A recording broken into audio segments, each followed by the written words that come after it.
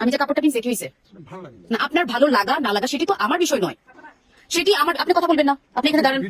Hello বন্ধুরা, কি অবস্থা সবার? আশা করছি সবাই ভালো আছেন। তো আপনাদের দোয়ায় আল্লাহর অশেষ রহমতে আমিও ভালো আছি। তো কালকে দেখলাম, কালকে না হয় পরশুকার ভিডিওটা, তো কালকে দেখেছি আমি। তো ভিডিওটা ভাইরাল হয়েছে, একটা নিউজ, একটা মেয়েকে একজন বয়স্ক বৃদ্ধ চাচা, যাই হোক পোশাকের ব্যাপারেই একটু কয়েকটা কথা বলেছেন, তাই আমি যে কাপড়টা কিনছি কি হয়েছে চাচাকে রাস্তায় অপদস্থ না, করেছে। আপনার তো ভালো লাগা আগে না লাগা সেটি তো মেন আমার ভিডিওটা বিষয় দেখি, নয়, তারপর কথা বলি। সেটি আমার, আপনি কথা বলবেন না, আপনি এখানে দাঁড়ান। ভিডিও করতেছে। হ্যাঁ ভিডিও করছি। আপনি আপনি আমাকে ধরবেন না, আপনি দূরে থাকেন আপা। উনি বলেছে আমার লেবাসটা ভালো না, উনি লেবাসের কি দেখলেন? লেবাসটা আগে ঘুরে দেখেন। আমার লেবাসটা সারা দুনিয়ার মানুষের জানে। আপনি আমাকে কেন বললেন যে আমার লেবাসটা ভালো না? আপনি আমাকে বেয়াদব বললেন কেন? এটার জবাবটা আপনাকে এখানে দিয়ে যাইতে হবে, এটার জবাবটা আপনার এখানে দিয়ে যাইতে হবে। কেন আপনি আমাকে বেয়াদব বললেন? কেন আপনার পোশাক নিয়ে আমাকে কথা বললেন? আপনি আমার পোশাক নিয়ে কেন কথা বলেন? সেই অধিকার, আপনি এখান থেকে যেতে পারবেন না, আপনি এখান থেকে যেতে পারবেন না, আপনাকে আমি। তো আপনারা দেখলেন, মানে মেন এইটুকু হচ্ছে ঘটনা। তো এরপর ওই মহিলা অনেকগুলো কথা বলেছে, আপনাদের দেখাচ্ছি, পুরো ভিডিওটাই আপনাদের দেখাবো, সমস্যা নাই। তো দেখেন, এটা হচ্ছে 2024 সাল, আমার বয়স 25 চলে, 25 কম আছে, 24-25 চলে।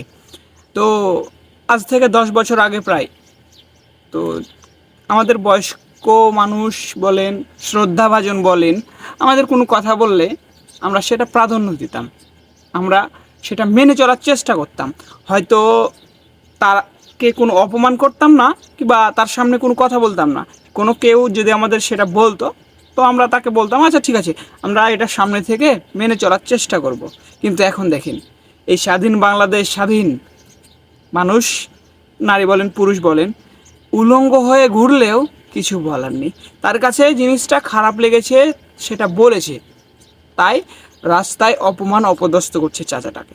আর এখানেই শেষ না, রাস্তায় অপমান অপদস্থ করার পরেও বাড়িতে গিয়ে আবার তাকে নিয়ে ভিডিও বানাচ্ছে। আর ভিডিওটা বানাচ্ছে, তো আপনারা তখন চাচাকে অপমান অপদস্থ করার সময় তার চেহারাটা, তার পোশাক আশাকগুলো সে দেখায়নি, কিন্তু তখনকারটা আমি বাদ দিলাম। এখন উনি ক্যামেরার সামনে বসে আছে, এ অবস্থায় উনি যে পোশাকটা পরে আছে, আমি মনে করি না এটা একটা মেয়ের সুন্দর পোশাকের ভিতরে পড়ে। উনার পাশে অনেকগুলো কাপড় আছে, দেখেন উনার পাশে অনেকগুলো কাপড় আছে, কিন্তু উনার একটা ওড়না ব্যবহার করার মতো কাপড় নাই। তো একটা, আমাদের সমাজটা এখন অন্যরকম, সময়টা অন্যরকম। তো উনি হয়তো এভাবেই পোশাকগুলো এভাবে পরেন, এভাবে চলাফেরা করেন, কিন্তু চাচাদের বয়স অনেক বেশি, তারা অনেক আগেকার মানুষ, তাদেরকে আছে খারাপ লেগেছে, কথাটা বলেছে, তাই বলে উনি এভাবে তাদেরকে বলছে। তো পুরো ভিডিওটা দেখুন আগে। আমি সাবিনা ইয়াসমিন মাধবী, একজন উদ্যোক্তা। প্রতিদিনকার মতোই বাসা থেকে শোরুমের দিকে যাচ্ছিলাম। আমি হেঁটে যাচ্ছি, আমার পাশ দিয়ে একজন বয়স্ক লোক, যার বয়স 60 থেকে 65 বছর হবে, তিনি সাইকেল চালিয়ে যাচ্ছিলেন। হঠাৎ করে তিনি আমাকে দেখে সাইকেল থামায়, জিজ্ঞেস করে, এই মেয়ে, তোমার বাড়ি কোথায়? তো তিনি এমন ভাবে বলছিলেন, আমি খুব অবাক হয়ে বলছিলাম যে আমার বাড়ি কোথায় আপনি জেনে কি করবেন? তিনি বললেন, তোমার লেবাস ভালো না, তোমার পোশাক ভালো না। আমি বললাম, আমার পোশাক আপনাকে কি করেছে? আপনি আপনার রাস্তা দিয়ে যাচ্ছেন, আমি রাস্তা দিয়ে যাচ্ছি, এখানে আপনি কেন আমার পোশাক নিয়ে কথা বলবেন? তখন তিনি এক পর্যায়ে আমাকে বলে, বেয়াদব মেয়ে। পরবর্তীতে যখন তিনি আমাকে বেয়াদব মেয়ে বলে চলে যাচ্ছিল, আমি তখন ওনাকে চলে যেতে দিচ্ছিলাম না। তিনি সাইকেল থেকে নেমে আমার সাথে তর্ক বিতর্ক করে। এইসব ভিডিও দেখে সত্যি অনেক অনেক রাগ উঠে ভাই, হ্যাঁ, কিন্তু সামনাসামনি তো প্রতিবাদ করতে পারি না, আর সামনাসামনি এমন ঘটনাগুলো ঠিক অতটা ঘটে না।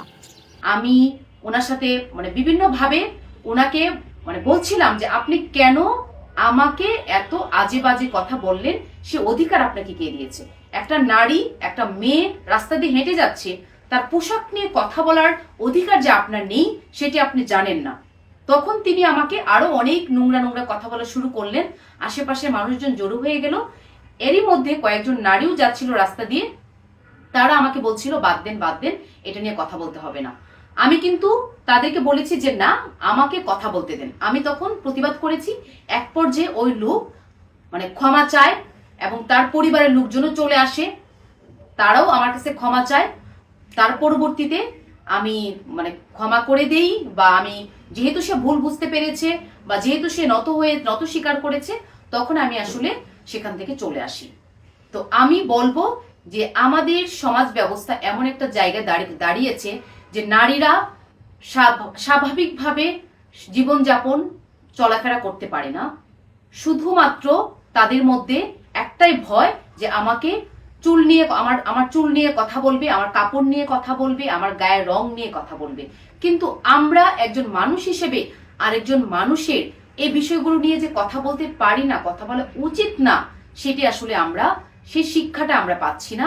সেই শিক্ষাটা আসলে আমরা ছোটবেলা থেকে আমাদের মধ্যে সেটা আসলে গড়ে ওঠে না বলেই কিন্তু আমরা এভাবে মানুষকে রাস্তাঘাটে হয়রানি করি। তো আমি বলবো যাদের সাথে এই ধরনের ঘটনা ঘটবে সবাই সবার নিজ নিজ জায়গা থেকে প্রতিবাদ করবেন।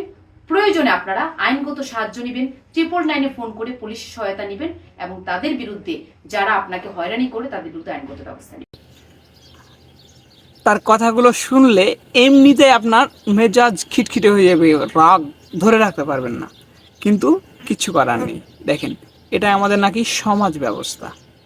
কারো কোনো কিছু খারাপ দেখলে তাকে সেটা বলা যাবে না। তো আরেকটু আপনাদের দেখাই। তো অবশ্যই আপনারা সব ভিডিওটা পুরো দেখার পর সব কিছু বুঝে গেছেন। ভিডিওটা আমি যখন দেখেছিলাম তখন প্রায় 197K লাইক আর সম্ভবত 130K 132K এমন 1,32,30,000 মতো কমেন্ট ছিল। তো একজন বলছে এই মহিলাকে সামাজিক মূল্যবোধ অবক্ষয়ের অপরাধে জেলে ঢোকানো উচিত।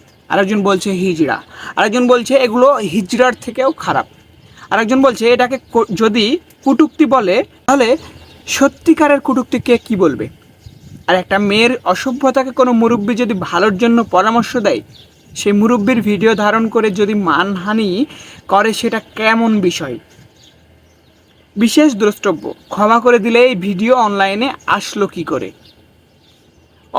আরেকজন কমেন্ট করেছে অশ্লীলতার বিরুদ্ধে প্রতিবাদ হোক। আরেকজন কমেন্ট করেছে অসংখ্য ধন্যবাদ চাচাকে সঠিক কথা বলার জন্য, সঠিক কথা বলেছেন। আরেকজন কমেন্ট করেছে চাচাকে ধন্যবাদ জানানো উচিত। আরও অনেক 132K কমেন্ট। তাহলে দেখেন, প্রায় আমি অনেকগুলো কমেন্ট দেখেছি, এতগুলো কমেন্ট তো পড়ে আপনাদেরকে দেখানো কিংবা শোনানো পসিবল না। তো অনেক চাচা আপনাকে, আরেকজন কমেন্ট করেছে, আরেকটা কমেন্ট, লাস্ট কমেন্ট আপনাদের শোনাই। চাচা আপনাকে ধন্যবাদ, আপনি প্রতিবাদ করেছেন, হয়তো আমরা করতে পারছি না, তবে এটা প্রত্যেক বাবা মা ভাই বোনদের উচিত তার ফ্যামিলির মেয়েরা কিভাবে চলাফেরা করে তার প্রতিবাদ করা উচিত। তো আপুটাকে বলতে চাই, আপনি মনে করলেন আপনাকে চাচা খারাপ বলেছে, অনেক কিছু বলেছে, তাই আপনি চাচারকে অনেক অপমান করলেন, অপদস্থ করলেন, আপনি সেটাকে প্রতিবাদ মনে করলেন। কিন্তু দেখেন, আপনি কি এই ভিডিওটা দেখেছেন? ভিডিওটার কমেন্ট বক্সটাকে আপনি চেক করেছেন? করেননি। আপনি যদি ভিডিওটা দেখতেন, ভিডিওটার কমেন্ট বক্স চেক করতেন, তা আপনার ন্যূনতম লজ্জা থাকলে আপনি আরেকটা ভিডিও বানিয়ে চাচার কাছে ক্ষমা চাইতেন। আপনি তাকে ক্ষমা করতেন না, আপনি তার কাছে ক্ষমা চাইতেন। তো আর কিছু বলতে চাই না। ভিডিওটি ভালো লাগলে লাইক কমেন্ট শেয়ার করে পাশে থাকবেন। ধন্যবাদ। আর আমার জন্য অল্প করে হলেও দোয়া করবেন। আসসালামু আলাইকুম।